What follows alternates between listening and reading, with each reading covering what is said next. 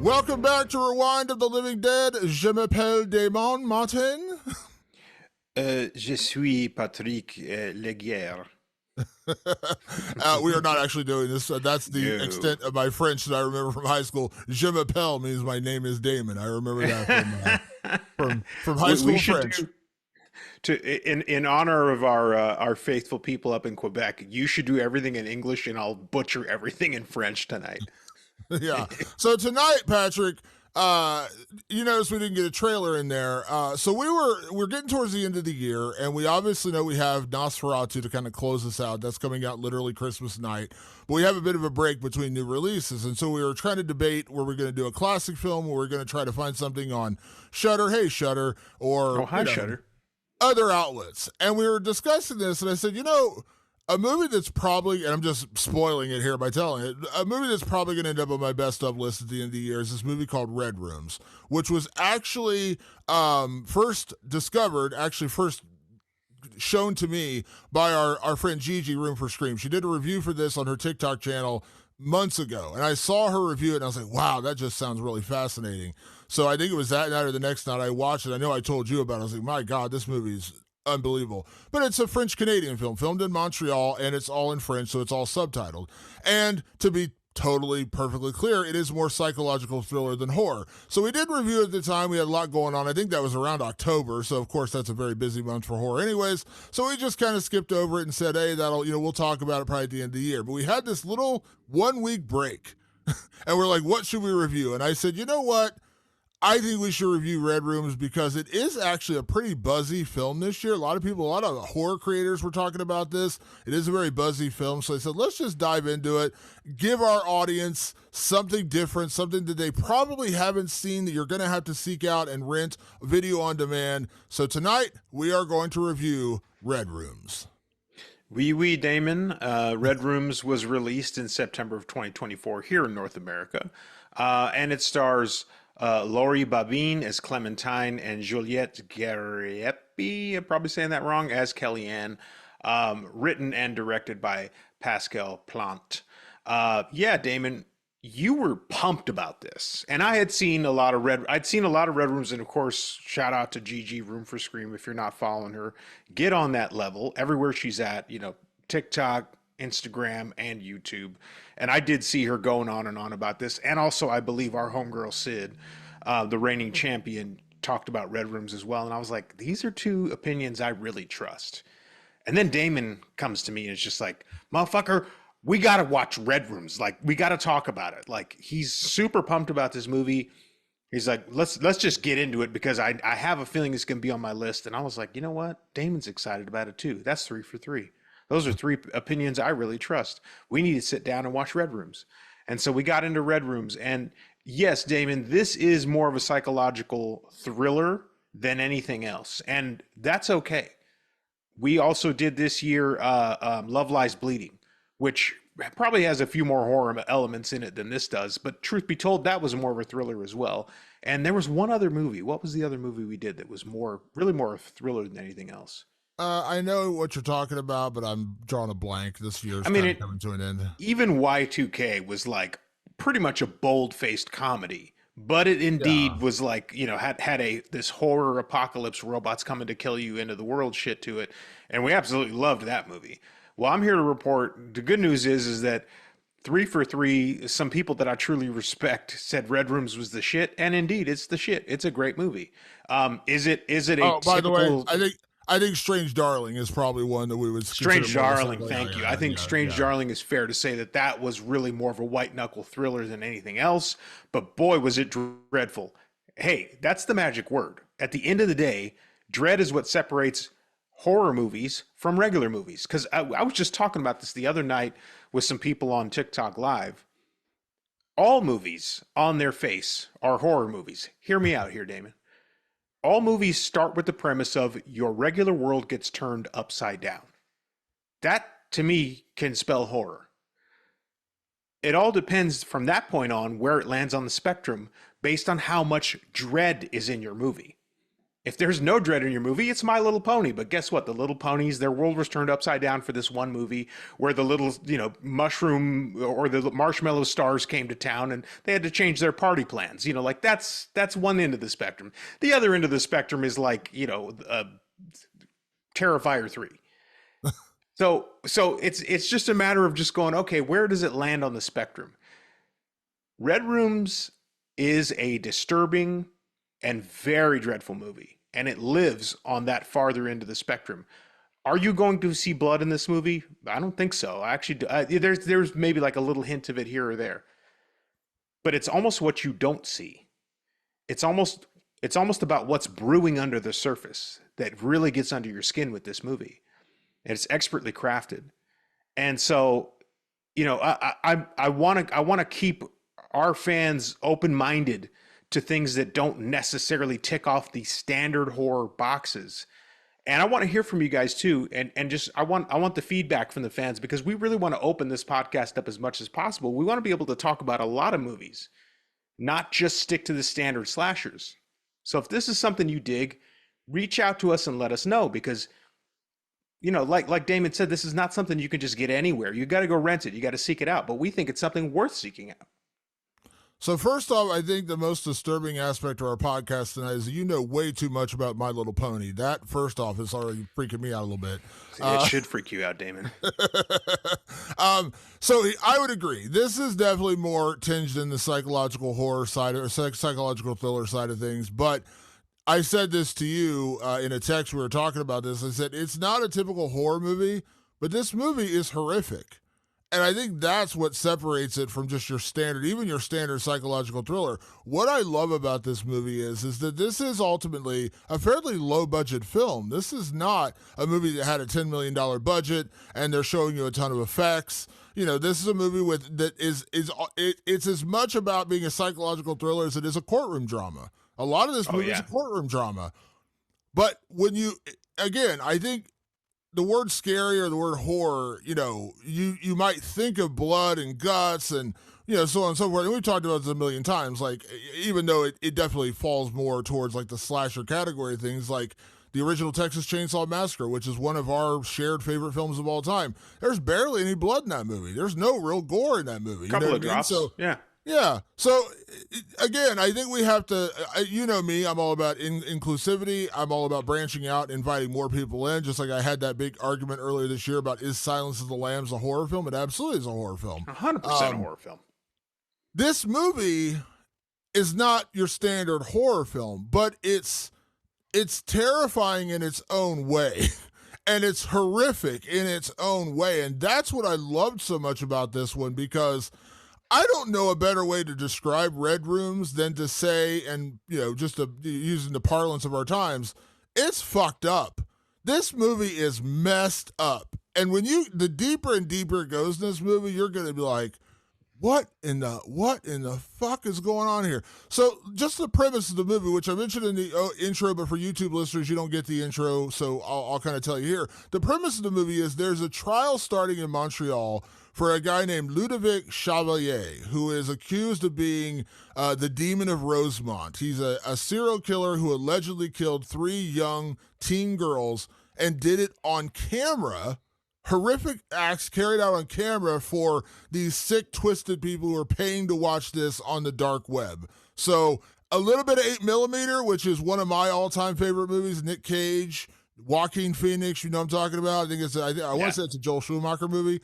A little bit of 8mm, the snuff film aspect, but it's also like a modern telling of that. And so the trial is for this serial killer named Ludovic Chevalier, who is accused of killing these 3 young women and dismembering them and doing it on camera for people paying to watch him do it on film. And the film centers around his trial, but it also centers around these 2 young women who are obsessed with this trial. There's Kellyanne, who's a very beautiful young model who wealthy. She's also like a professional poker player on the side. Seems like a pretty put together person, but she is just flat out obsessed with this case. Now, you don't learn her motivations until a little later in the movie. You don't totally know what she's there for until later in the movie. And then we meet another young woman named Clementine. And Clementine, or Clementine, as they say in the movie, because I'm going to butcher French names all night, by the way. We'll call her Clem. Yeah, Clementine, we meet her, and she's on the other end of the spectrum, and we figure her out right away, where she is obsessed with this crime, but not for the reasons you might think. She is obsessed with Ludovic Chevalier because she has convinced herself that this guy is innocent, and she's basically in love with this guy. Now, that's a whole other level of disturbing in and of itself when you're not only saying this guy didn't commit these murders, which, again, it is a trial. He hasn't been convicted when the movie starts. But she's 100% convinced that he is the victim of circumstance and he is innocent, and she is flat out in love with this dude. This girl is what, maybe 20, 21, very young girl. She seems very young, yeah. Yeah, very young. And Ludovic Chevalier is not. He's probably in his 50s, older guy, like, whatever. He looks like the Weasel from Creature Commandos. He does, actually. Kind of does. But yeah, so she's obsessed with him in that way. But we don't totally learn Kellyanne's motivations till later in the movie, and I won't give that away because that does get a little bit into more spoiler territory when we get to spoilers. Boy, will we talk about it. But her motivations aren't as clear early on, but we know she's obsessed with the case. She's obsessed with Ludovic Chevalier. She's obsessed with these murders, and she's obsessed with this trial going on. So that's the premise of the movie. And it opens up a very interesting real-world can of worms, Damon. You and I are no fools. The biggest, most popular subsect of podcasts on the planet is true crime. That has spilled over into everything. It's gone into television, it's gone into movies, it's gone into documentaries are basically blowing up and having a huge resurgence because of true crime. The popularity of true crime podcasts has basically created a subsect of society that focuses on unsolved or not necessarily unsolved, but murders. And there are people who are truly obsessed with this. I can't remember the name of I think the podcast was called Serial. I think Serial was like the very first podcast that got people obsessed with it. I listened to Serial and I was like, Jesus, this is insane. And then there was a show, Making a Murderer, on Netflix. I don't know if you remember this. This is from over a decade ago, I believe. I remember binge watching Making a Murderer like in 2 nights, basically. And then I had all the knowledge I needed to tell people, like, that kid's innocent. That kid didn't kill. He's accused of killing these people. I got completely sucked in. It sucks you in. I don't ask me how. I'm not a pop psychologist. I don't understand how it works. But it's sucked me in before.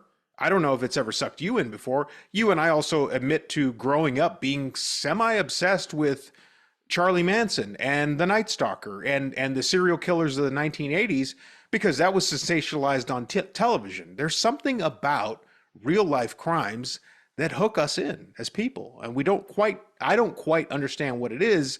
I mean, I'd love your insight, but this movie gets into it. This movie goes, why? Why do people delve into this? And then, like, what does it do to certain people? And that's what you're asking about the characters of Kellyanne and Clem. It's doing different things to both of these women. And yet, on the other side of that is the victims' families who are suffering greatly. There's the court of public opinion. There's also what the justice system, quote unquote justice system, has to contend with because it has truly become something that is a court of public opinion. People are accused before they're ever on trial, or they're guilty before they're ever on trial. So it's created this subsect of society that's like, what do we do, Damon? You tell me. You have all the answers. What the fuck do we do? Well, a couple things. I'll say this. This seems like a newer phenomenon. It does. And I think what Pascal Plante, the writer and director, said is true. When we got stuck in the pandemic, it started with Tiger King. That was like the biggest thing on earth for a while. And then it shifted into Ted Bundy. And that became the resurgence of Ted Bundy. The case and then, of course, the show that Ryan Murphy made. It was just like this whole subsect of like this rediscovery. There was the Jeffrey Dahmer one. I'm sorry, I meant Jeffrey Dahmer with that. Yeah, the Ted Bundy, but Ted Bundy became a Ted Bundy had one too. Yeah, yeah. Didn't Zac Efron play him?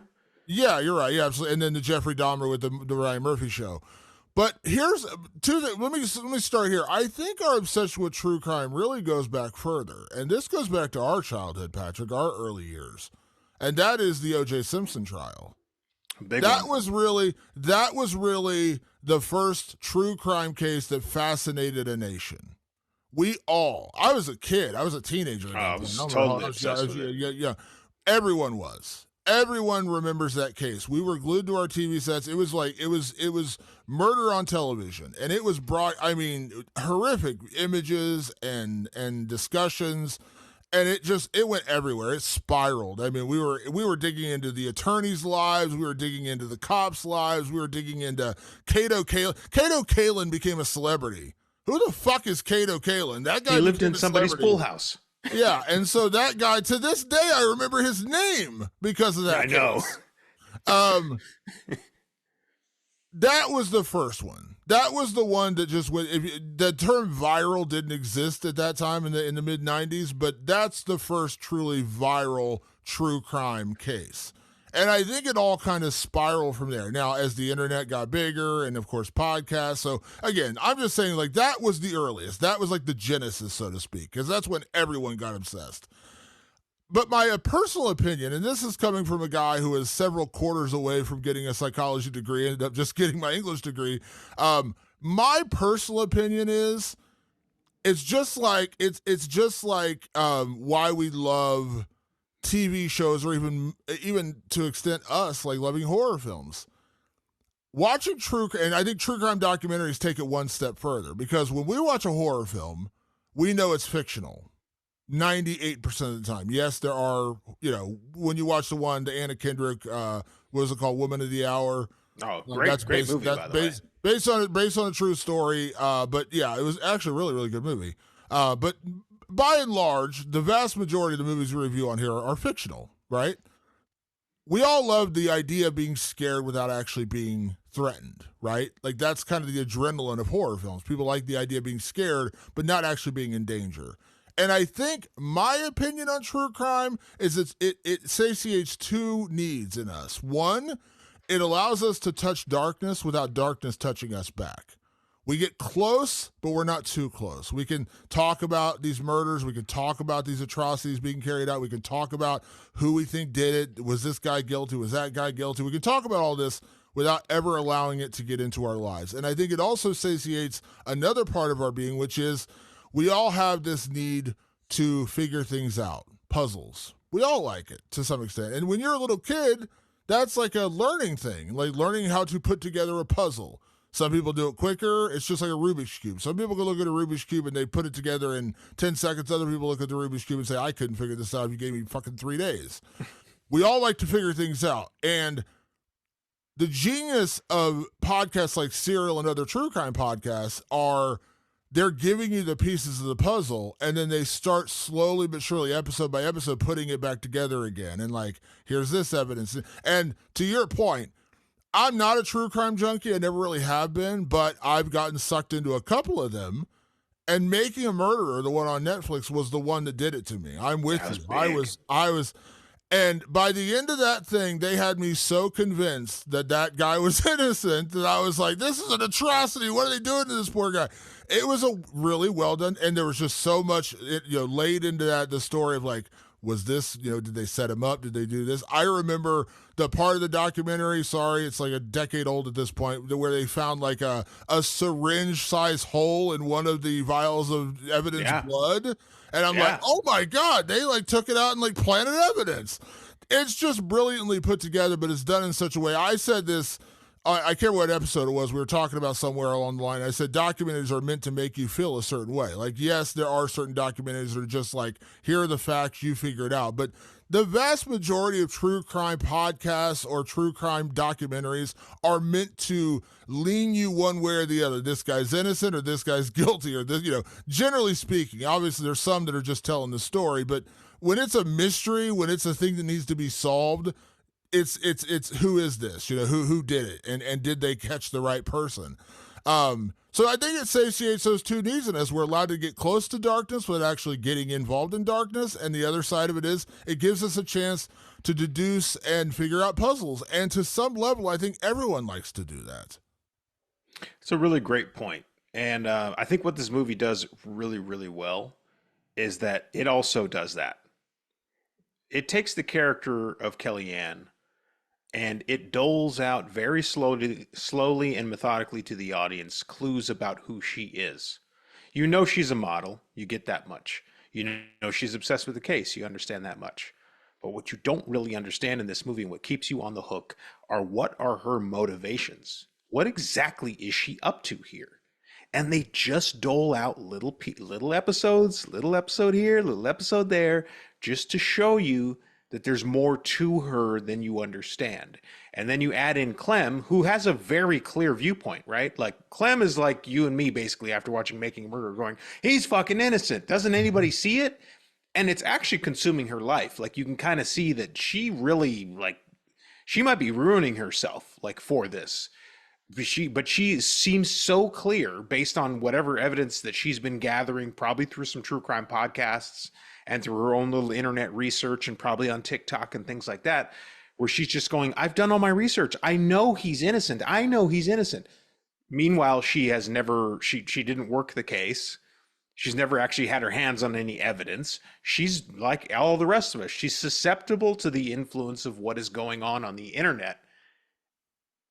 And so when those two paths collide, you're sort of worried for both of them. Clem seems a bit unhinged, and you're worried that maybe she's going to do something to Kellyanne, but you're getting all these little hints that there is something more going on with Kellyanne. So you, as the audience member, have that chance to piece together things. And I like this when movies skew less horror, but add the mystery to the dread. Now I feel like I'm fully engaged in a movie. Like I'm trying to help. I'm trying to solve the problem. And this one, this kept the problem on the hook, Damon, all the way to the end.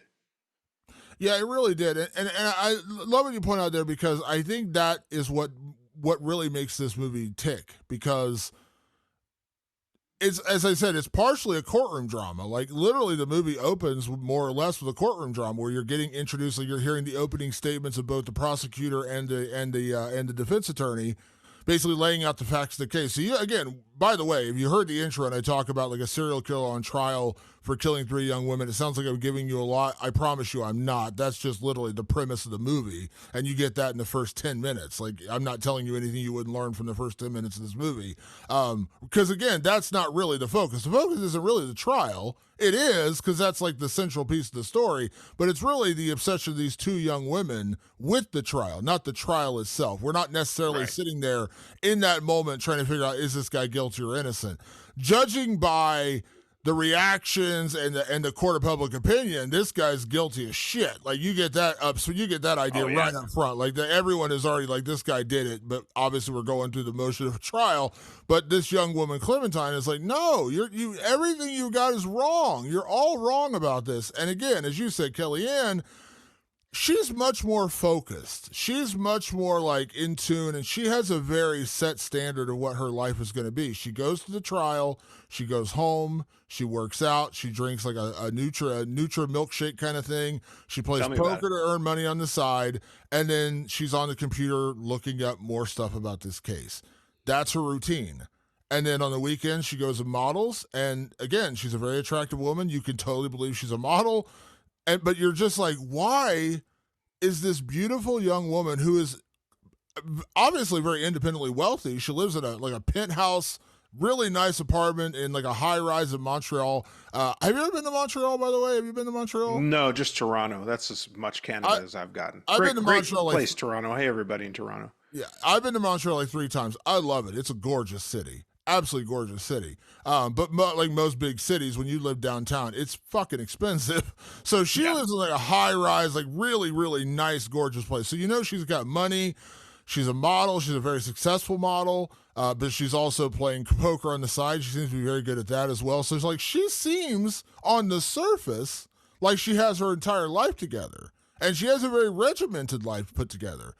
But we start to notice with this trial kind of consuming her that she's also lonely. And I think that starts to serve the so you start to see that to start to seep into her life, where you can kind of tell like she's very much by herself, because you notice early on, again, this isn't a spoiler, she goes to the trial by herself, she sleeps outside by herself, she goes home by herself, she's in her apartment by herself, she doesn't have people around her a lot. And so you start to see like why. Now, again, you don't know the motivations, but you see how she could get sucked into that. And I think that, again, that's human nature. When you're alone or lonely, or you just don't have other stimulants around you, you're going to get drawn into whatever it is that you get drawn into. Maybe it's a band, maybe it's an artist, maybe it's a true crime podcast. That's Kellyanne. And just maybe, like, Kellyanne has lost everything because of her obsession with this. Maybe her life has become so isolated because of what she's up to. And then you start to wonder, well, what exactly is she up to? And we're walking the line of spoilers here, Damon. So we might have to get into spoilers pretty quick here, because really you start to wonder, based on these clues, if there isn't something deeper going on here besides the obsession with the case. I'll say this, like, you start to wonder if she's part of the problem.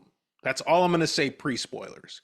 But this movie, it hooks you, it intrigues you, it thrills, it chills big time, and it's just covered in dread.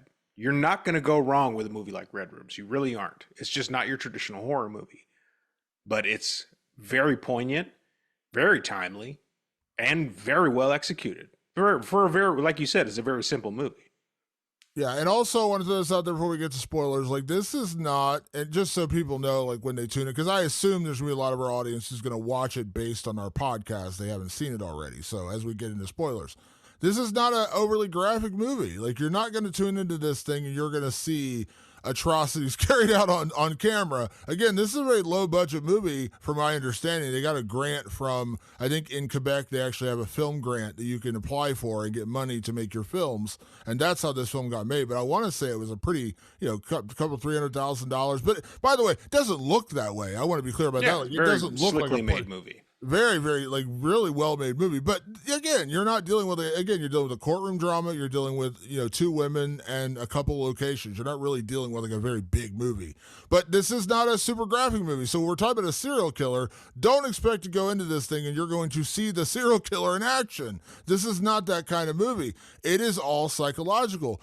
But when I say it is incredibly messed up and incredibly, like, traumatic, some of the things that happened in this movie, I mean it. Like, this was a movie when it was over, when I watched it the first time a couple months ago, my jaw was on the floor. I was like, that is so messed up. Like, that movie is so messed up. And again, I think that speaks to the filmmaker, and the writer is the same person in this case, but I think it speaks to the filmmaker that you can take so little and turn it into so much. And I think that's what Red Rooms does expertly. Hell yeah, it does. So with that being said, Patrick, let's get into spoilers. So again, if you haven't seen Red Rooms, it is currently available on streaming through video on demand. I rented it last night through Apple. I know it's through Amazon. You can get it pretty much anywhere on demand. I think you can rent it for like $4. So it's not like a super expensive movie to watch. There is a Blu-ray copy out there as well if you really do like it. I actually just ordered the Blu-ray the other day. I didn't know it was out, and I was like, oh shit, I got to order this. So if you're into physical media, there is a physical media copy, but you can rent this thing for like $4. It's not expensive. It is subtitled, so you have to read the movie, but trust me when I tell you it is worth your time, Patrick. I think you'd agree it is worth their time to watch this movie. I did not regret spending $4 to watch this movie. All right, let's get into spoilers. So again, if you haven't seen Red Rooms or you just don't care, here we go. Should we just talk about Kellyanne's motivations and where it goes in this film? Well, yeah, because pretty early on, you mentioned, like, Kellyanne is clearly a model. She's a local model in a big city, so she's making a decent amount of money. But Clem, on the other hand, is from the outskirts. She's from far away. She used all the money she had to bus out here, and she's basically just sleeping on the street so she can be first in to see the trial every day. Well, Kellyanne takes pity on her and brings her into her house and all that stuff. And you start to realize through Clem, like, hey, you're a model, that's really cool, but also like you live in this really great apartment, like where do you make your money? And she's like, oh, I make it in crypto online gambling. Like I gamble with Bitcoin and I that's how I make my money. And we know from the little clues they spill out through this movie that the people in the red rooms pay with Bitcoin or with cryptocurrency. So you're like, huh, interesting. Kellyanne deals in cryptocurrency. And they also show that she's a very savvy at the computer to the point that you get the impression she's even maybe a hacker. Like she can hack into things. There's a one very long drawn out sequence where she figures out the code to one of the victim's mother's houses, just very simply by going online, looking at her information and guessing and running through a couple of different programs. And she goes, okay, I think I know what her passwords are. And she goes and infiltrates the house. Why? But why is she trying to go into the house? Is she that obsessed that she needs to be in this woman's house? Like, what is going on? And the clues keep stacking. And then there's a point in the movie where the paranoia really ramps up, and it's like she's in the courtroom looking at prosecutors, and prosecutors are looking back at her, and she's starting to get the feeling that they're onto her. Well, onto her about what? Like, what exactly is going on with this woman? What is Kellyanne really up to? Ultimately, Damon, I don't know if we get the answer, at least in a satisfying and clear way. But what we do know is that Kellyanne is fully invested in this case.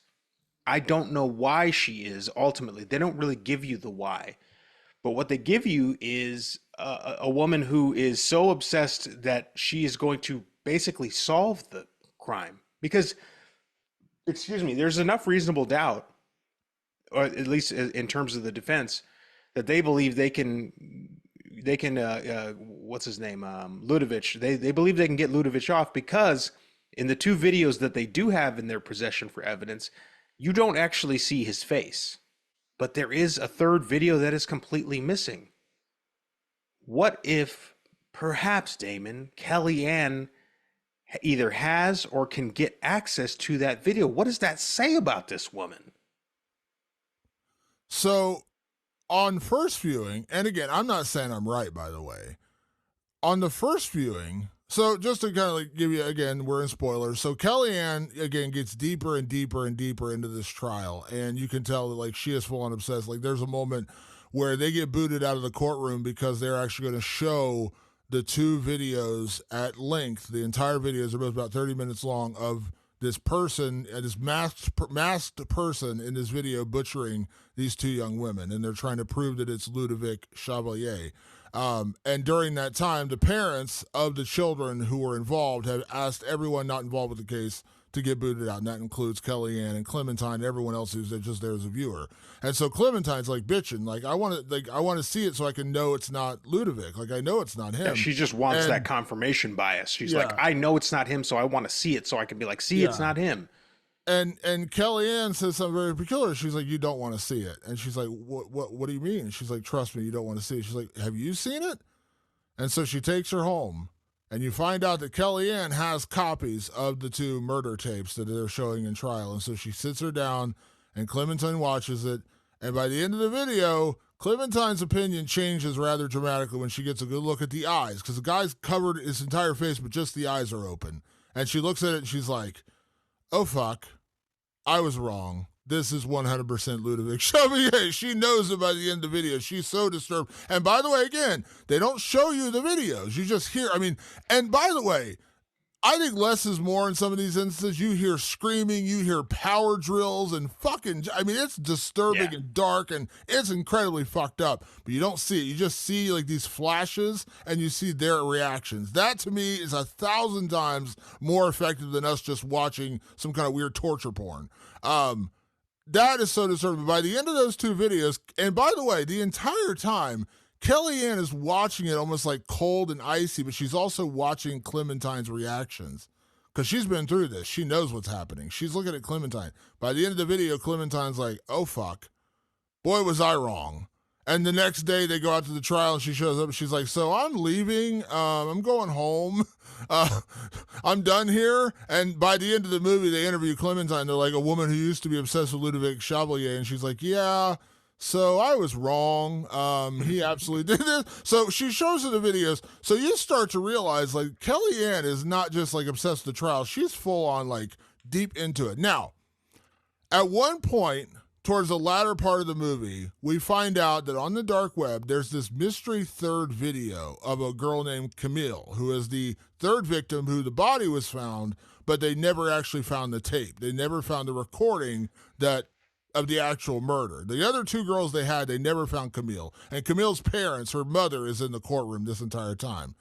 And we find out that on the dark web, they are auctioning off the Camille murder video to the highest bidder. And Kellyanne wants it.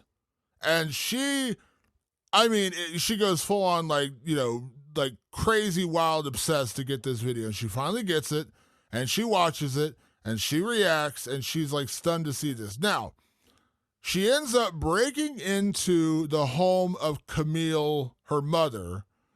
She sits on the dead girl's bed and takes photos of herself, like selfies, while she's dressed as Camille, which we'll get to that even more disturbing part later in the podcast.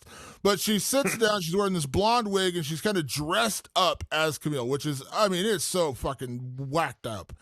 She sits there, she takes selfies, smiling, seeing Camille's, toys and photos and shit behind on her bed. Unbelievably fucked up. Then she goes into her mother's bedroom, and she leaves a USB drive with the video of her daughter being butchered. Now, the end of the movie comes, and you find out that Ludovic Chevalier has changed his plea. He's now pleading guilty because they found this video, and they also found a trail of Bitcoin that led from the video back to Ludovic Chevalier to some of these videos. They found more evidence during the trial to basically prove he was being paid to do this. And so he's like, fuck it, I'm found out, I'm done, I'm guilty. All right, fuck it, I'm done.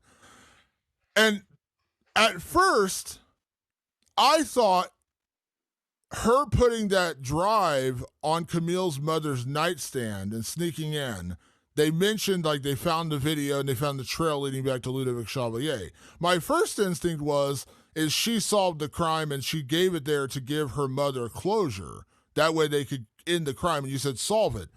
Upon a second viewing, I got a different sense, though. Because, and I read an interview with Pascal Plante, and he was talking about the differences between Clementine and Kellyanne. He said that Clementine is just full-on obsessed and thinks she's in love with Ludovic Chevalier. He says Kellyanne is a sociopath, and she's acting out her own sociopathic tendencies throughout this trial. So upon a second viewing, and I listened to the ending part where they talk about how they solve it, how they got the evidence to make him plead guilty. And they said they found the video online and they found the trail of Bitcoin leading back to him. Now, I had two thoughts. One, she planted it to lead it back to him and she left the drive there for the mother. But the other instinct I got at the end after learning that he flat out said she has these sociopathic tendencies was that she left the drive there just to torture the mother. She didn't want to solve anything. She put it there to say, I got in your house, I had access to your home, and here's a drive of your daughter being fucking murdered. And I was like, oh, fuck. So I had a different take the second time. I'm like, she's not trying to solve this. She's she's torturing this woman. That's what she was doing. That's the way I took it the second time around. I didn't see it that way necessarily. I think I saw it more like your initial reaction, which was like, okay, like she's so, and by the way, there's a little piece, a little step before all of this, which is she loses her her modeling gig and her agency drops her because it's getting around that she's spending her days sitting at this trial and people believe she's obsessed with this guy. Nobody knows what she actually feels about it, but the impression is she, because she's been hanging out with Clementine, thinks he's innocent. So now public opinion for her is like, ooh, this local model is like hanging out at this trial all the time, and she's hanging out with this girl who was saying he's innocent and shouting that he's innocent. So I guess that's what Kellyanne thinks. So that's weird. So she loses her livelihood, and she takes what's left of her own Bitcoin and does that gambling and literally bets the rest of her Bitcoin savings to buy that video. So I saw it as her being so fully obsessed with this case that she was willing to end her life completely, like in her career, her friendships, her relationships. She was willing to make it all crash and burn so she could figure this thing out. And I don't, but here's the thing, what I think is so interesting and nuanced about this movie is that she wasn't doing it because she's like Batman and she's trying to like solve justice. She just wants to know the answer. She's just obsessed with the answer. She doesn't care about the outcome. She doesn't care about what it's going to do to the mother of the victim. She doesn't care what it's going to do to Ludovic. She doesn't give a shit. She wants to know that she figured it out. She is willing to implode her life to be right about this. That's what I ultimately took away from it. And that's why I think is really interesting. And I said very early on in the podcast, you don't truly get the answer, but there's enough breadcrumbs laid out for you to make up your own mind about it. Almost like when you're given a true crime podcast and you decide how you want to decide it. You and me could listen to the same podcast and come up with a completely different opinion on how the killer turned out. You're absolutely on to it. And I think that's the point. Where I saw it the first time, I came up with one answer. I saw it the second time, I came up with a new answer. That's the entire point, I think, is that you're not supposed to know for sure. Much You're like not. a true crime podcast. At the end of a true crime podcast, yes, occasionally they do come up with a conclusion, but a lot of times on true crime podcasts, they're making you question what's out there. Like, was this guy actually guilty? Was he actually the killer? That famous case that was, I think it was the one that Serial did. They ended up doing like a documentary. They ended up doing a series on HBO about it. The guy, you know what I'm talking about? I can't remember the name of it, but like Adnan Kyogi or whatever. Yes, exactly. Yes, Yeah. that's the guy. That's the one. Yeah. They went through and like everyone was convinced he was innocent, and it was all like he got railroaded, and everyone by the end of that was like, this guy got screwed over by the system. And I mean, at one point they vacated his sentence and they re-sentenced him. I mean, it's still going on. It's not done, by the way. Yeah, it's not done at all. Yeah. So I think you nailed it. Your brilliance, you nailed it. It's just like a true crime podcast. Because the first time I saw it, I was like, I think she actually wanted to solve it. So we had kind of the same conclusion. But then the second time, when I was like, she's taking photos in the dead girl's bedroom, and like, I'm like, I think she's just like fucking with this. Like, she's really just fucking with this poor mother. Like, really like torturing. Can I put in my theory about that? Because now we're doing a true crime podcast about red rooms. My theory about her sitting in the bedroom and taking the picture in the bedroom is she wanted to be like in the shoes of the victim, like something in her. Again, they don't explore it. They leave it up to us to decide. But I took it as she wants to feel what it's like to be in the victim's shoes. Like, she doesn't want to be murdered and all that stuff, but she wants to become the target. She has some weird obsession with that as well. And that's what I appreciate about movies like this, is like, that part of her is very complicated and messy. You know, when she shows up at the trial with braces on, with blonde hair, wearing the outfit and everything, it's like, ooh, I don't know what you wanted to get out of that, but it's not working. Whatever you did there is truly fucked up. Like, whatever you did is really bad. And I don't think she even truly knew in that moment what she wanted, but what she got was, she got Ludovic to look over at her and wave. She wanted that. And then she got into that bedroom and she wanted that. Like, she's so obsessed. She's now obsessed with being obsessed. I think she's lost sight of what she actually started with, and which is, I think, a greater or a bigger commentary on obsession itself. Like, the idea, I think that's sort of a core theme in this movie, is like, what will obsession actually do to you? We saw what it was doing to Clem. It was downright ruining her life. That poor girl had almost no money, and she was coming all the way out to Montreal, and she couldn't really afford it. And everybody was laughing at her. She called in like a late night talk show, and they all just made fun of her. And they told her, "Girl, you need to go seek help." And she was like humiliated, and she was ruining her life. I don't even think she knew that she was ruining her life. And I think that's the same thing with Kellyanne. It's just Kellyanne was this polar opposite of her, whereas Clementine is sort of meek and small, and Kellyanne is like long and tall and successful. They were both ruining their lives, and they couldn't see it. But Clem got out. Clem, and I do think when Kellyanne showed her that video, She knew. She's like, I'm going to show Clem this video, and Clem's going to see what I already know, which is Ludovic did it. I already know, but I know because I'm doing things illegally on the dark web. Now she's going to get to know. But how's she going to react? She reacted by getting the fuck out of there. Like it knocked sense into her, but it didn't knock sense into Kellyanne, who is the one who's quote unquote together, who's the one who has the money and the success and the smarts. That's subversion right there. You think when you meet Clem, oh my God, she eventually she's going to pull a knife out and stab somebody. Like that's how unhinged she seems. But the real unhinged person was the one who had it all together all along. I love shit like that.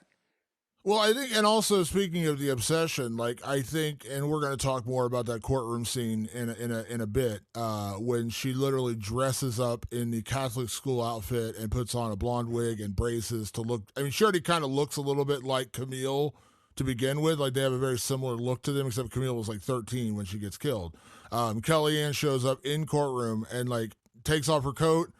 And she's wearing a full-on Catholic schoolgirl outfit, blonde hair, and braces, fake braces, looking just like the poor murder girl. And the mother of the girl sees it, and she's like, "What the fuck?" And she like tells security, and they go over and grab Kellyanne to pull her out of the courtroom. And that's the first time during this entire trial where Ludovic Chevalier isn't just staring forward, kind of like plainly, just like kind of sitting there like, "Middle much wrong." Yeah. He finally notices her. And he waves as she says, as she gets dragged out of the courtroom. And I think she wanted his attention. I think this kind of speaks to, we were talking about the Clementine character was obsessed with Ludovic because she thought he was innocent.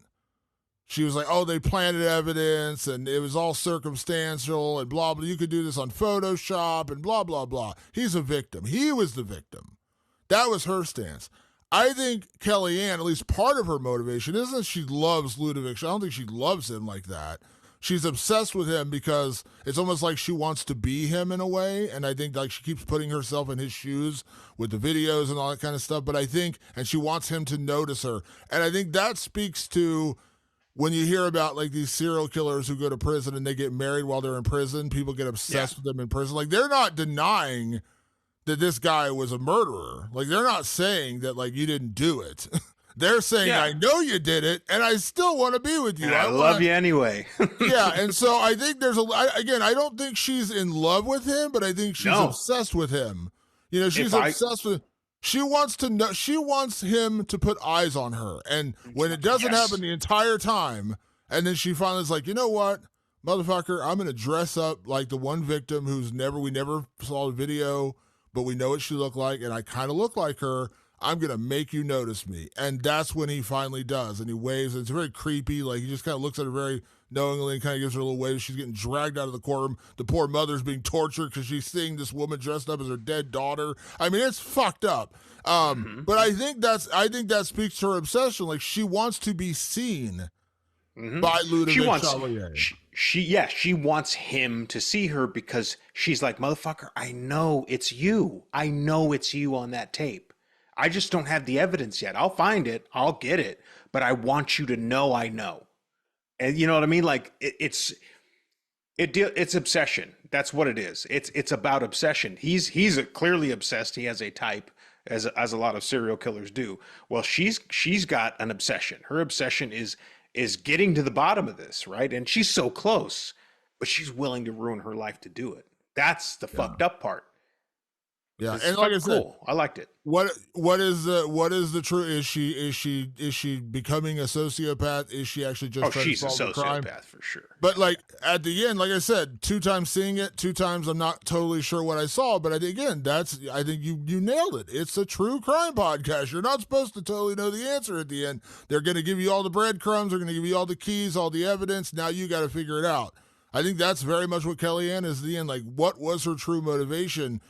We don't really know. What we do know is she's fucking disturbed, and she has more than a few screws loose by the things she does throughout this movie, especially, like I said, that scene in the courtroom, breaking into the mother's home a couple times, and the last time literally sneaking into her daughter's bedroom, taking fucking selfies on the bed. I mean, it's just fucked up. And like I said, what was her true motivation? I don't know. You have one idea. I have kind of the similar, but also maybe a different one. That's the point, though. As you said, we could both watch Making a Murderer, Now, at the end, we're both like, this guy's innocent, holy shit. But there's going to be people who watch this and no, I don't believe any of that shit. That guy's absolutely fucking guilty. Fuck that. He's guilty. You're right. You nailed it. This is a true crime podcast in a fictional form. It really is. All right, Patrick, let's get into some categories. And categories a little shorter for this one because this isn't it's not a traditional horror movie. It's more of a psychological thriller. So we're going to kick things off as we do each and every week. And we're going to talk about best performance, but we're not even going to try to tease the best performance here. We're going to talk about the best performance. And that is the lead character in this movie, played by Kellyanne, who is Juliette Garriepi, the lead actor in it. Now, to be fair, the actor who plays Clementine, the creepy guy who plays Ludovic Chevalier, by the way, Montreal has some fucking cool looking courtrooms. Why can't we have cool looking courtrooms like that in America? There's some badass looking courtrooms. They're all great, by the way. None of the performances are bad. The mother who plays the mother of Camille, she's good. Great. But this is a performance piece for Juliette Garriepi. It comes down to, like, I don't want to anoint her or anything, but I mean, I have to give her flowers because she did a great job. It's almost like when I first saw Christian Bale in American Psycho, the sociopathic tendencies that are bleeding into psychopathic tendencies.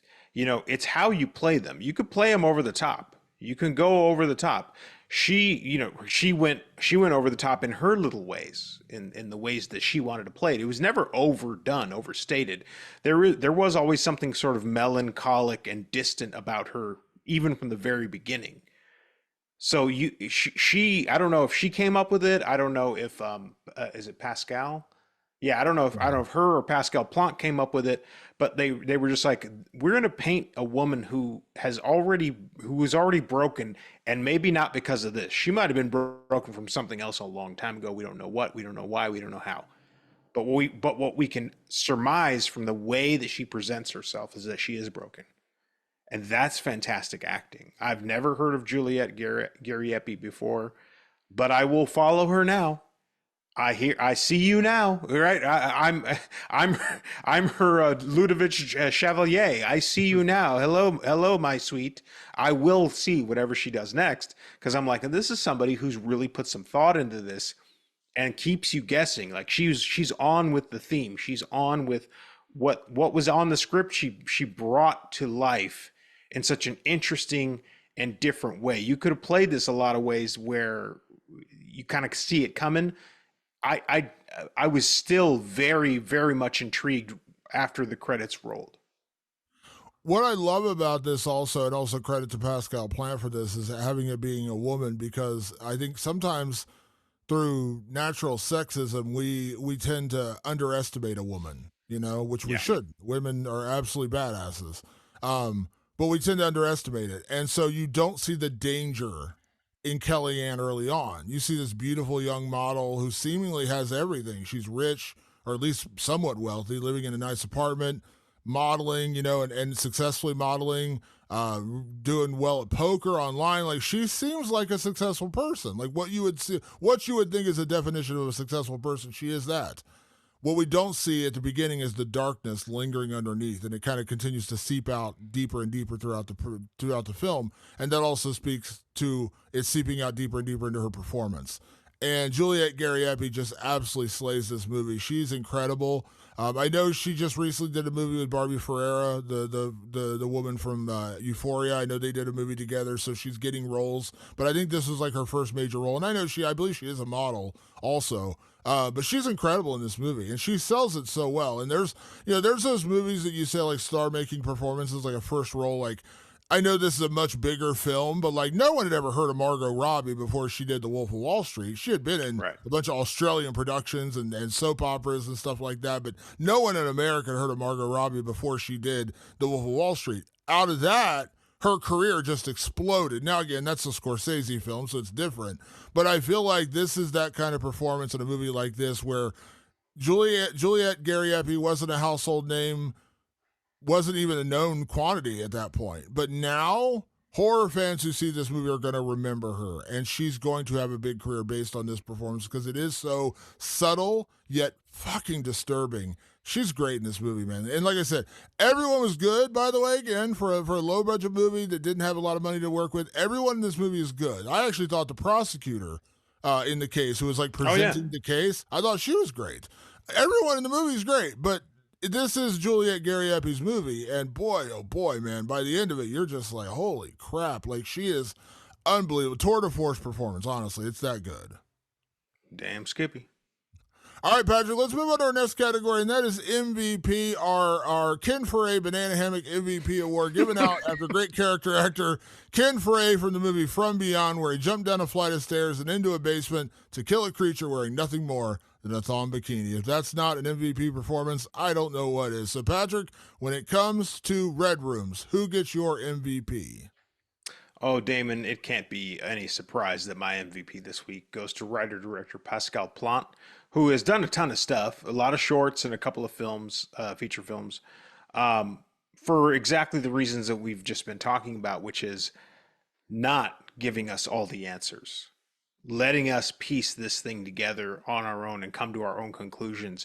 Restraint is a very, very tough thing to do in film. And Pascal may have had the advantage of this being kind of a smaller, independent, like state-funded film where he can argue, like, for the sake of art, I don't want to give you the answers. Try that shit in Hollywood. Some executive somewhere is going to go, I'm sorry, we need to give you the answers. Like, we have to. Like, the audience will string us up if we don't. Meanwhile, the audience is totally fine if you don't give them answers. Yeah, maybe the audience at large will complain about it, but people who truly appreciate the art of filmmaking know that, like, you don't need to give people all the answers. You don't need to tell them all the things. Sometimes letting them fill the blanks is what makes it exciting and engaging. The restraint that Pascal Plante decided to put in this, I think, is brilliant. The fact that he decided that the protagonist or the focus of the movie should be two women is incredibly smart. Not only for the subversion of expectations, but also because, let's be honest, the true crime world is a female-dominated form of entertainment. The biggest names in true crime typically are women-led. Like, they're women-led podcasts, and they're very popular with a lot of the women creators that we know. So he's speaking on a whole subculture that doesn't get spoken on very often. I've seen another movie about it that wasn't nearly as good. I won't drag it here, but it was a movie that was about a true crime podcaster, and it didn't hit like this. This hit because it doesn't talk you to death. That movie did. This movie doesn't talk you to death. This movie, he's willing to present the evidence visually and through the acting, and he can say less and make you feel more. That's, to me, that is the mark of great direction. What I also really like about Pascal Plante in this movie, reading interviews with him, is he said that he's not really a horror movie fan. Like, he's not even really a psychological thriller fan. He just got fascinated by this particular subject during the pandemic, and he wrote this script and made this movie. I appreciate that, because while I, of course, love everyone who is involved in horror, and horror is kind of like their central theme of that's what they generally do.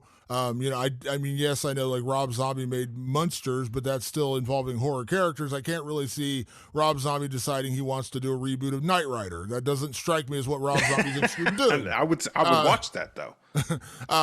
But the fact that Pascal Plante's like, yeah, I'm not really into this. I'm not really into horrors or thrillers, but he made one of the most horrific and most like just disturbing movies of the year says a lot about his artistry, that he can do that, not even really being fascinated by he's fascinated by the obsession, not of the actual subject matter, which I think that is really the heart of this movie. The story is about obsession, not we're going to study this serial killer. And I think we're not here to solve the crime. That's what makes this film so unique and different and so fascinating, because it's not just like, did he do it or did he not do it? We're not really here for that. We're here to figure out what in the fuck are these two women doing and why are they obsessed with this guy? Yeah. That's the central thesis of the movie. So I love that. So I'm going to do a rare double dip in my MVP, and I'm actually going to, I think Pascal Plante is probably the right answer, but I'm going to do a double dip and say my MVP is also Juliette Gariepi, because while I did give her best performance, one of the things that when you deal with a movie like this that is centrally based around one character, again, because, by the way, Ludovic Chevalier, our serial killer, he doesn't speak a word in this movie. Doesn't Yeah. say a word. He's Yeah, sitting you never behind a get the glass. face off with him, nothing like Yeah. that. He's sitting behind a glass wall in handcuffs, just sitting there stoically throughout the entire trial. And the only other times you see him are in like mugshot photos that they show on like a TV broadcast or something. You know what I mean? Like you never hear from him. You never see. He never really reacts except for that one moment where he waves at Kellyanne as she's getting dragged out of the courtroom. That's literally his only reaction. He is literally just sitting there, just slumped over, listening to this case and not reacting, what's not happy, not sad, not crying, nothing, just stoic and sitting there. If you don't get Juliet Garriepi to do what she does in this movie and do it the way she does it, the way again, you mentioned like the Patrick Bateman, like imagine watching, and obviously we had a totally different movie, but imagine watching American Psycho and you don't figure out till the end that Patrick Bateman is a fucking lunatic sociopath. Now, they tell you that very early on in that movie, but he seems normal. He's rich, wealthy, got a good home, has a girlfriend. You know, he's banging 18 different women. He seems like he's living the life as a 27-year-old rich kid in New York, right? But imagine if you didn't know until the end of the movie that he was actually a sociopath killing all these people. You'd be like, oh shit, like what, you see it kind of tinker throughout the entire movie. That's kind of what this is with Kellyanne, because when you meet Kellyanne, she seems like she's got why is she obsessed? You don't know why she's obsessed, but she's a very, well-to-do model, seemingly wealthy, doing well. She's a computer whiz, maybe a hacker. She's making money with Bitcoin on poker. I mean, again, you would look at her and say she's a successful person. And the way that Juliet Garriepi plays her, and then you see that, as I mentioned in the intro, that mask of sanity start to slip throughout the movie to the point where she literally dresses as a dead girl to go into the fucking courtroom just to get the serial killer's attention. Holy shit, like she's fucking gone. She's gone. But you don't see that at the beginning. They're not telling you that at the beginning. So I think you need that from Juliet Garriepi. So I know I'm kind of repeating myself with best performance, but I also give her MVP because if you put a different actor in that role, I'm not saying they couldn't do it, but Juliet Garriepi did it perfectly. She did. That's it? That's she. I already talked at length about how she was my best performance. So yeah, so no need to keep beating it down. She gets my MVP. All right, Patrick. Next category. This isn't really even a category as much as it's the most disturbing moment in the movie. And there are a few, by the way. There are a couple where you're just like, Jesus Christ, this is fucked up. But the courtroom scene. Where she's dressed like the girl, yeah. Kellyanne, very early on, you realize she kind of looks like Camille, the girl, the little 13. The girls in the case are like 16, 15, and 13. Like, they get younger. Camille is the one who's dead, but they never found her tape of the actual act of her being killed. And her mother is the one kind of like centralized to this case. Like, she's the one testifying in court. And you notice right away, Kellyanne has a bit of a resemblance to Camille. And she kind of becomes obsessed with Camille's parents because her mother's there every day at the trial. And at one point, and by the way, they tease it because at one point you see her following girls from that same school. They're wearing the uniforms. And you're like, what is she doing? She shows up in court, takes off her coat. She's wearing the socks, the shoes, the skirt, the fucking white plaid shirt. She even puts in fake braces and wears a blonde wig. She looks like a 25-year-old version of Camille. And she sits there and everyone's kind of like looking around, and then Camille's mother spots her. And she's like, what the fuck? And she's like, reaches over to security and she's like, what the fuck? And they go over and like, you have to leave, ma'am. And she like, tries to resist it. And that's when Ludovic finally notices her. That scene is like 18 shades of fucked up. Like, that is so unbelievably messed up to go to the trial dressed as the dead girl with her mom sitting 10 feet away from you. I'm going to go in a different direction because we have talked about this a lot, so I don't want to beat it over the head. When Clem and Kellyanne are asked to leave, with all the rest of the people because they don't want the public seeing the videos. To watch Clementine kind of crane her neck to kind of look in there and see it and try and see the video, to me was disturbing behavior. And that's the point. Now, obviously, it wasn't as shocking as the other scene, but it was sad. It was really sad to see that this young girl was so kind of caught up in her obsession, which is, I know he's innocent. I just need to see the video so I can be 100% sure that's not him. So she's craning her neck in there while you hear horrific things happening. You can hear power tools, you can hear the screeching and squealing of these girls. It's the theater of the mind is going in full force, and this girl's just like obsessed with like she's past it. She doesn't even think about the thing that's going on in there, the lives that have been ruined, the mother going out screaming and crying, and she's, oh, that poor mother. I hope they find the killer. Like, she's so far gone. She's so past what's actually happened. There's something so disturbing about that level of obsession with true crime that you forget that there are real people who are still walking around that are truly affected by this stuff. I'm not here to lay any judgment, but when you think about all these true crime podcasts, they're talking about real people who have really been taken out. And they have family members who are reeling from that. It's a terribly traumatic thing.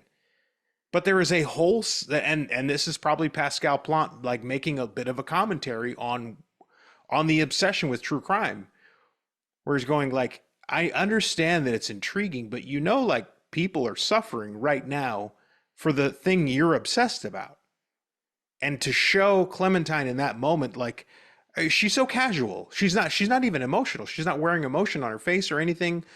She's just sort of lightheartedly like, oh, if I could see it, I can, case will be closed. Well, I'll know. I know him and I know what he looks like. So all I need to do is just see the video so I can confirm that. Never mind that what's in the video is so heinous that it's destroying lives. It's making people pass out. They got paramedics coming in to see what's going on.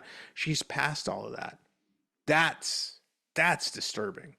That's horrible. Now, what's wonderful about the arc for Clem is that cycle's broken. Once she actually witnesses it, never mind the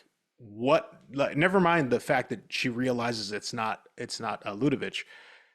She finally has to come face to face with what it actually is, what the video is, what she's seeing on that video. And it just fucking rocks her. And seeing her sitting next to Kellyanne is stoic and stone-faced, while you can see Clem like withering, like, oh, I can't handle what I'm seeing. This is too much. This is real. This was a real person. It all finally hits her, like she is knocked back into reality. So that, for me, that little bit of the arc was far disturbing. Let me throw out one more. This isn't really, this is more of an advice for our audience. If you want to talk about another part of the movie that's disturbing away from the serial killer stuff, the way that Kellyanne is able to infiltrate Camille's mother's life, her email, finding out the fucking code to her house, like, she does it very easily. And all I'm saying is, when you watch that, like, you realize, like, that actually can happen. Like, all I'm telling you, people, protect your passwords. Make sure you're not picking your fucking kids' names or your dog's names. Like, go. Yeah, don't be stupid with your passwords. I was just like, and by the way, like, I'm weirdly obsessed with that kind of stuff. Like, I had my email hacked years ago, and I was like, all right, I'm like fucking, I'm like, way over obsessed with like my protecting my identity and stuff like that. But that was so disturbing because most people don't think like that. Most people aren't like, oh yeah, I need to have two-factor authentication and this and that and that. And watching how easily Kellyanne just slipped into this woman's life was like, oh fuck. Because that could actually happen. Of all the things that can actually happen in this movie, that actually can happen. And the way she just like, it's just like easily slips into this woman's life. She finds her address because she was on a video being interviewed after the murders were discovered, and she sees the number and she knows the neighborhood. She goes to the fucking house. She breaks into the house. I mean, it's disturbing how easily she does it. And I don't think it takes a genius to figure this stuff out. So yeah, I'm just saying, be aware of your surroundings, be aware of your security is all I'm saying. Yeah, be smart with how you behave online because people can pick you up real quick. Yeah. Next category, Patrick. We already kind of talked about this earlier, but we're going to talk about it now. What true crime case have you been obsessed with? Now, I'm going to let you go, but I want to say this. Like, coming in, I was like, I think I've only seen a couple of these things because I'm not really like a super true crime person. But then I realized, like, as I was going to like my view, I was like, I actually have seen like 5 or 6 of these things, not even like thinking about it being true crime. But I was like, oh yeah, I guess I have seen a bunch. So, Patrick, is there one true crime case, documentary, story that got you not, I hopefully not Kellyanne level, but got you really interested? Yeah, no, the Making of the Murderer series did really get me at the time. But truth be told, I don't even know how I pulled Adnan Kyogi's name out of the hat. Like, forget, I listened to Serial once and it was kind of over. But that Making a Murderer, I was truly enthralled. First of all, it's just a great piece of documentary filmmaking. And you mentioned earlier, and I know this from experience because I've been doing documentary work since day one in this business. We are trying to give you a very specific opinion in 99.9% of documentaries. We are actually manipulating what the footage is and what the story is to give you a specific idea. Like, that's what's going on in documentaries. Do not take documentaries at face value. Take that from someone who makes them. That's not how documentaries work. We do implant an opinion into our documentaries. You must know that. I remember watching Making a Murderer. I got fully hooked because it was great filmmaking. It was great storytelling. And and now I forget most of the case. I truly do. But at the time, I knew I was completely obsessed. And I even remember at that point, I was going on a trip with my buddy, and we were flying to, I believe, Vietnam. And I'm standing in line, and he and I are talking about it because he had been watching it too. And I'm like, I'm the manic guy at the cork board with all the lines drawn to everything, and I'm like, no, and this and that, and to the point where like some other guy walking through the place was like, "You talking about Making a Murderer?" And I was like, "Yeah." He's like, "So who's guilty?" I was like, "Well, the older guy, you got to think about him, but the younger guy, no, he's completely innocent. Let me here's B, here's C." I was doing the Clementine shit. 100%. It got me.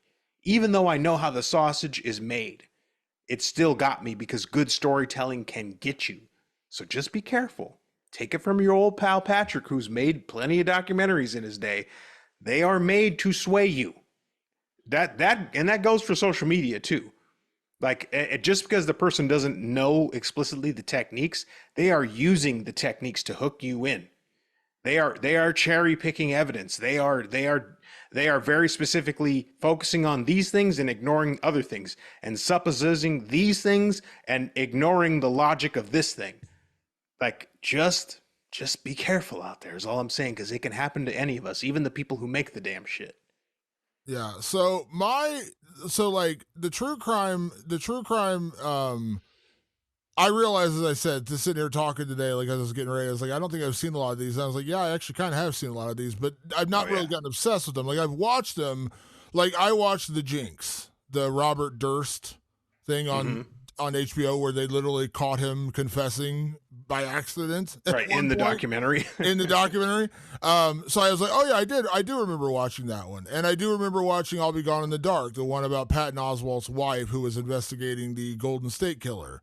And I watched that largely because I'm a big Patton Oswalt fan. I was like, oh, this is interesting. Like, Patton Oswalt's wife, I didn't know the story, and so I watched the documentary. It was really fascinating, much like you, Making a Murderer. I think the first one, besides the first, the OJ thing, which again, we all watched live on television, I think the first true crime thing I really got like into when I was younger was Paradise Lost, which was the West Memphis Three. You remember that story? The kids who got picked up and charged with murder for killing kids, and they were mostly just picked up because they were like the heavy metal, kids who look like Satanists. But I realized, so my true crime case that I got, and I fully admit I got obsessed with, doesn't even involve murder, but it involves true crime, and that is the NXIVM cult. I got way deep into the whole Keith Raniere thing because I watched the show on HBO. But then I also watched there was a documentary on Stars about just one member of the cult. And the reason I got drawn into this originally is because when I first saw the case, when I first heard about it, I was like, I don't understand like what this is, like why this is like a big deal. And they're saying it's like a sex cult and all this other stuff. The reason I got drawn into it was because the one actor, the one person who was involved in it was Allison Mack, who was in Smallville. Right. I loved Smallville. I was a huge Smallville fan growing up. I not growing up. I mean, it's not that not that many years ago, but like I loved Smallville. I was like, oh my god, Chloe from Smallville was involved in some weird sex cult.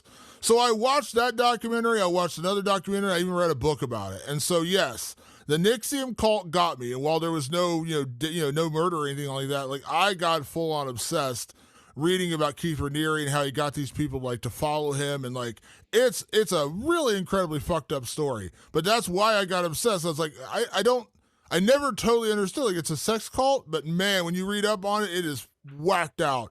So that's the one that got me, and that's more recent too. Like I got drawn into it because of Allison Mack, because I knew her from Smallville. And I was like, hold on, she was like a leader of this fucking sex ring of cult, like sex trafficking. What the fuck? And that's what drew me in, because I knew her from TV. So there you go, the NXIVM cult. And there's like 3 documentaries I've seen in a book, but I've done all of it. So I got drawn in. I did. Fair enough. We all get drawn in, but my whole diatribe was like, be cautious. Know that everything is manipulated, everything. And that's not a conspiracy. That's knowledge. That's coming from someone who knows how to make them. They're manipulated on purpose. They want to give you a specific opinion. I promise you they do. Yeah, the NXIVM ones definitely will give you, like, you'll know he's guilty, but they also have the Clementine characters in there where they're like, oh, he didn't do anything wrong. I stand by him. He's still the best. I'm like, Jesus Christ. Oh, so, yeah. Watch that one. You will not have a question if the guy's guilty or not, but you'll definitely be questioning some of the people who stuck by him this entire time. You're like, what the fuck? So, yeah, that was the one. Patrick, next category, let's just be honest. We already know the answer to this. Remake, sequel, or leave it alone. Are we just waiting for an American remake of Red Rooms? Yes, we're waiting for an American remake of Red Rooms. That's probably coming. I mean, now it really depends on success. You know, like Speak No Evil came out during the pandemic, and it was more a matter of just like, wow, this was a really great movie, but nobody saw it, so let's remake it for an American audience because it'll be, more successful. And by the way, it was like their formula totally worked. If they feel so compelled, I don't know the success of Red Rooms or not. It is a great movie, and the real answer should be leave it alone. But Damon, I'm going to fuck with you right now, and I'm going to say sequel. I'm going to say give me an American sequel that has nothing to do, or maybe it does, with the Ludovic Chevalier case, with an American person obsessed with true crime. Like, just make basically, kind of like Predator movies. Like, they don't necessarily interconnect, but they have a common thread, right? The common thread is somebody who's obsessed with true crime. So like make an American, like an anthology, like a kind of anthology style, sort of, but make it somebody that's truly obsessed with it, that's really obsessed with true crime, and it's ripping their life apart.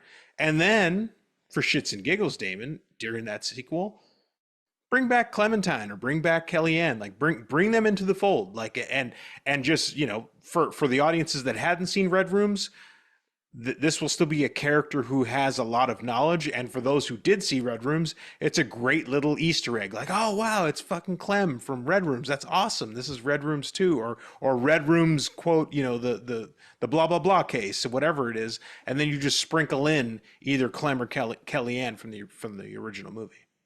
Yeah, so I'm not saying this is what I want. I'm just saying, like, my answer is remake, and it's an American remake because that's just what happens.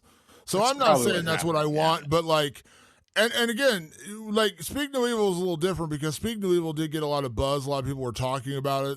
I was shocked at how quickly they remade it. Like, even I was like, oh, this came out last year, and it was in English. Like, it was in English. Yeah, it was an English movie, and it was remade.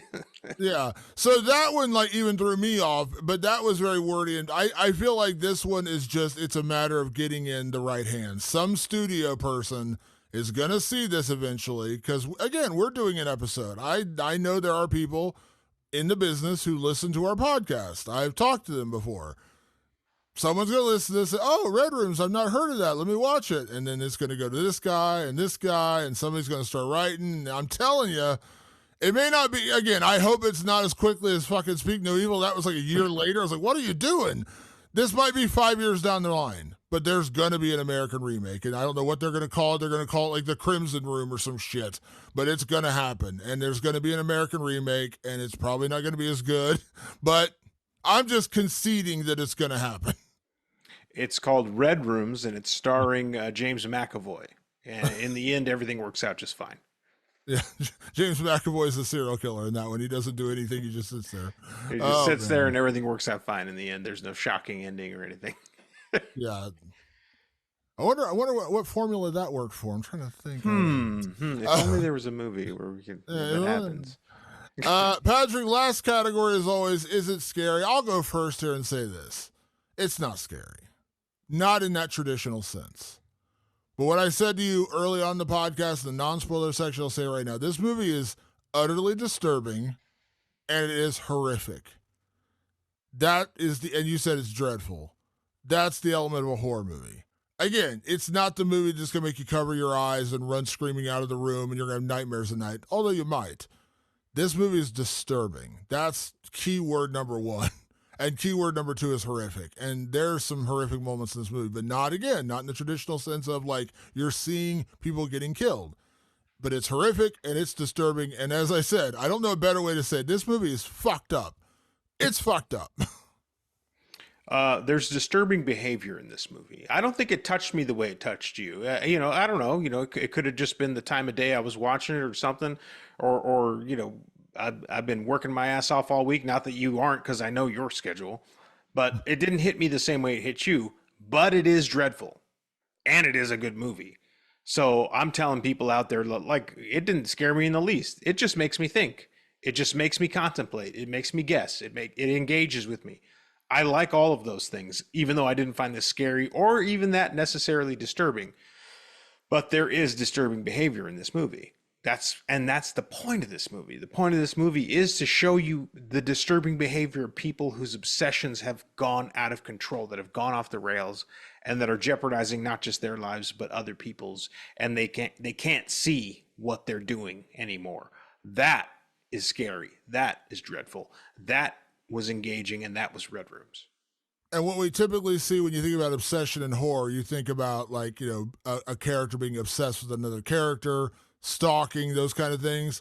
This is obsession on a different level. And this is a movie that actually teaches you about obsession, like where it just goes wrong on so many levels. Like this is the extreme version. Again, why Pascal Plante made this movie is he saw how people were just getting flat out obsessed with true crime during the pandemic, and he's like, people are just really like they're falling down a rabbit hole in this kind of stuff, and this is what a movie is supposed to do. It's the extreme ratcheted up version. Kellyanne is the person who watched nothing but true crime documentaries during the pandemic, never stopped watching true crime documentaries during the pandemic, and then took it like 9 steps further. And that is what this movie's about. It is an exaggerated version of when obsession with something, in this case true crime documentaries, goes way wrong. And that is really the central theme of this movie. It sure is. Red Rooms, as I said, is available video on demand. You can rent it on Apple. You can rent it on Amazon. Pretty much anywhere you get a VOD, a video on demand service. I think I said you can rent it for like $4. It's not an expensive movie. I can't tell you what my top 5, top 10, whatever we're going to do at the end of the year. I can't tell you for sure. I have a hard time believing this movie is not going to be on my list. I loved this movie a couple months ago. I loved it just as much when I saw it a second time yesterday and today. So Red Rooms, seek it out. It is great. As always, we appreciate everyone tuning into the podcast. Make sure you check us out on all of your favorite podcast platforms, Apple Podcasts, Spotify, our YouTube channel. Just seek us out, Rewind of the Living Dead. And if you do have YouTube or you have an account over there, please subscribe. Even if you don't watch us over there, it really does help us with search results and all that kind of stuff, the algorithm. So just follow us. Don't have to watch us there because you don't necessarily want to look at us. That's fine. But go to We're YouTube. Our own kind of Red Room. Yeah, we're such a Red Room. We're free. Please watch us. Yeah, we're gonna be the ones where you're left shell shocked at the end of the podcast looking at us. You won't believe what I saw on Rewind of Living Dead's YouTube page. Yeah, What? I'm going Their home faces. now. I'm leaving now. I'm going home. Yeah. So, but just to subscribe, we definitely appreciate it. Obviously, we always appreciate hearing from you guys. So, if you have questions, comments, movies you'd like us to review, I'd like to know what true crime you guys watch, what kind you get into. Because, as I said, I didn't realize how many true crime documentaries I watched until I started cobbling together my list, and I was like, I guess I have watched a bunch. I just have not got like super obsessed with them. But if you want to do that, send us questions, comments, movies you'd like us to review. Hit us up on social media. You can find us on Twitter/X, Instagram, or Facebook. Just search Rewind of the Living Dead. We have pages on all 3 social platforms. You also have an email address, rotlivingdead@gmail.com. That's rotlivingdead@gmail.com. And you can also send us messages on our website, rewindofTheLivingDead.com. I've gotten a few direct messages from there as well, so you can also send us messages over on the website. And you can also reach us on our own personal social media channels. I am at Damon Martin, and you are? At Director Patrick. And as always, want to say a big thank you to everyone that tunes into the show. We'll be back next week with another edition of Rewind of the Living Dead. Thanks for tuning in, and we will see you then. Merci. Au revoir.